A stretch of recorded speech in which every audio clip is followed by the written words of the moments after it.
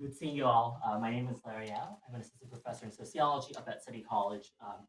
It's my third year part of the CUNY system, and I took part in the CACHI seminar last year, and it really was a great experience. You really do like build a cohort and really get to know each other. And like Ken said, like I haven't been to many of the CUNY campuses, so it's like really nice to hear about how like different instructors like interact with different student populations in Queens College, unlike the College of Staten Island, and like learning about like the bits and nuances that really make CUNY so fascinating of an institution. So I'm going to talk briefly about incorporating Chinese case studies into our courses.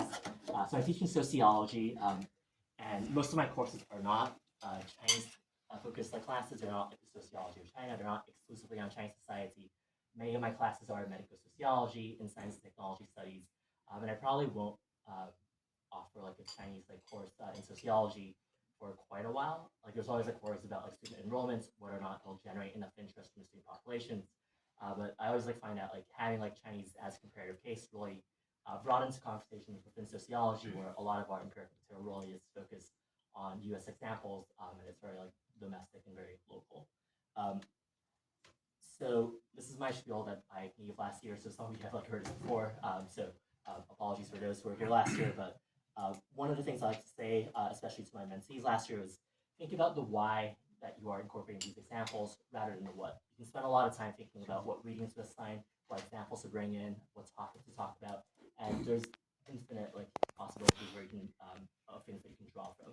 I think the why question really is a lot more interesting and really can like motivate you to think about why it is that you bring it China in as a comparison.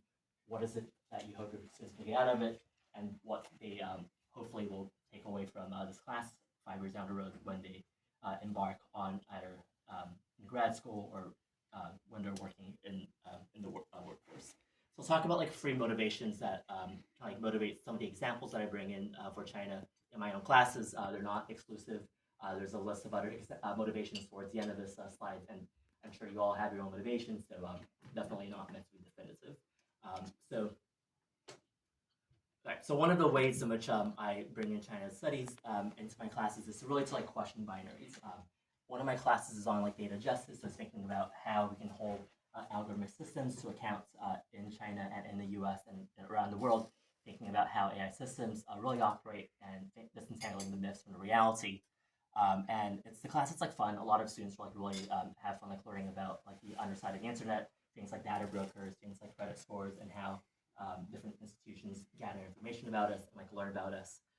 And there's a lot of one of the weeks is like focused on like dystopian futures and authoritarianism.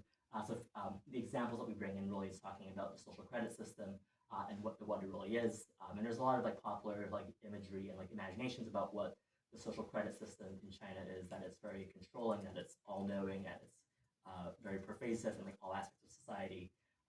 And reality is that it's very patchy, right? For those of you who've lived in China, know that it's very much a system in the making. There's a lot of problems with like misattribution.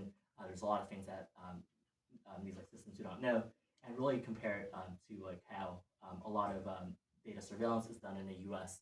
So we talk about comparisons about private modes of data collection here in the U.S. What types of information do they know? Chances are the U.S. system might know more information per person than a lot of these like Chinese like systems, just because we're like very much like plugged into a lot of the like consumer retail systems that like also like gather information from us.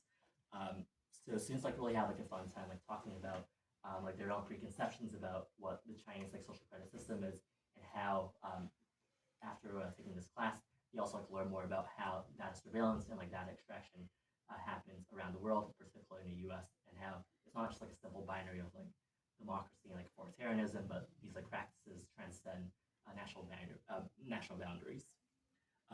Yeah, sorry for the photos; they're kind of like cliche.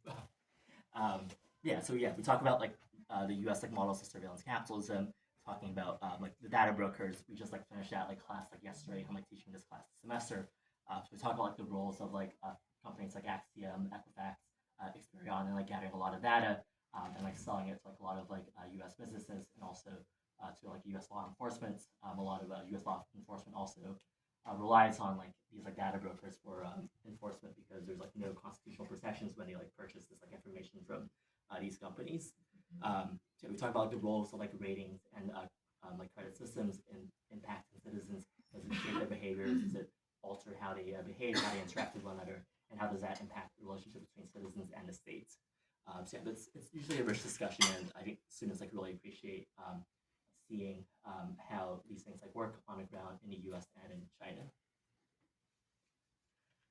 So one of the other, so I also teach classes in like medical sociology, and one of the other motivations that I draw on to like talk about China in my examples is the idea of like interconnectedness, right? There's a lot of diseases that also transcend national boundaries, that also transcends China and the U.S. And this is a great book from Priscilla Song, who's an anthropologist at Hong Kong University. It's called Biomedical Odysseys: Fetal Cell Experiments from Cyberspace to China. And it talks about kind of rare disease patient activism and how patients here in the U.S. Seek out similar patients online in cyberspace, and a lot of them like gravitate towards these like experimental treatments within China.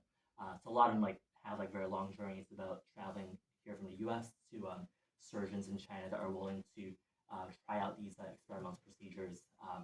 And it's a really like deep like book to like go into to talk about how like biomedicine offers a lot of hopes that bounds these like communities to patients in the U.S. and in China, but also of course offers disappointment when these like experimental treatments don't exactly work out as they are promised. So yeah, like we like read like patient narratives like on these like online forums, and they see that like a lot of these like concerns really like are similar. There obviously are like a lot of like cultural differences between Chinese and like U.S. patients, but you see that they also like struggle the same like problems of like access to healthcare. They struggle the same worries about lack of like treatment options, the lack of cures for their conditions. This is like a patient community around like spinal conditions. So stem cell experiments are being like tried out in like a lot of places, and China, because of different like regulatory conditions, allow for these like experimental treatments. We also in that class like talk a little bit about complementary and alternative therapies, things like TCM, things like acupuncture and herbal medicine, and I don't know. It's something that like I think is around like a lot of us for those of us like who interact with like Chinese like Chinatown and like Chinese like marketplaces, but it's also something that I think like is a bit like otherized like for a lot of students. So they like to like see that like these like treatments are actually quite common when it comes to like chronic conditions, when it comes to like things like cancer patients. A lot of like U.S. like health insurers also cover parts of like acupuncture treatments because there's like some like emerging like trials and like evidence of how it's like used like for chronic pain management. So they like seeing like how like these like practices are used like both in China, but also like in like immigrant communities here in New York City and like all around us. So it's like another way to like emphasize like interconnectedness and like transnationality of these like medical practices and these like technologies. All right. So one last motivation for me is really to like add like nuance to controversies. TikTok really is like a great like thing to like talk about in like this like class on like data justice, and students being the age most of them are in my class like really they like spend a lot of time on it. Hopefully not during class, but yeah, they really like talking about how this like platform is different from other modes of social media platforms that they've interacted in the past. What is it about TikTok that really makes it tick? And are there reasons why they're particularly drawn to it that might like go beyond these like more like cynical views that we talk about in the news media, and we also talk about how it has like similar like models of like surveillance and like data extraction for like most social media companies. It just like uses a different way to like target and like advertise to like users. So to really like talking about like these like things that are in the news and like really like going in depth a little bit more into it, and really trying to like apply things that we've learned in class to it. So like nuances, like controversies, current events is like another motivation that I think yeah. So like for that class, like there's always like news like events like happening around like AI and like algorithmic systems in China and here in the US. So like we always like talk about like current events, like news like as it occurs and as it happens, and it's like fun to like spend like 5-10 minutes at the beginning of class just like talk about things that they also might have seen like when they're like browsing online on the internet. Um, yeah, so there's a lot of like other examples. Like if you're teaching like classes like econ, like a lot of like discussion around like trade tariffs, obviously. If you're like teaching like poli sci, like probably a lot of this disputes like in like South China Seas could be like drawn in as well too. So really like a lot of like ways in which you can like bring in like these like current events into your classes.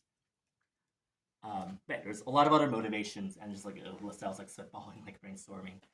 And yeah, there's a lot of reasons why you might want to bring in China as an example for your classes.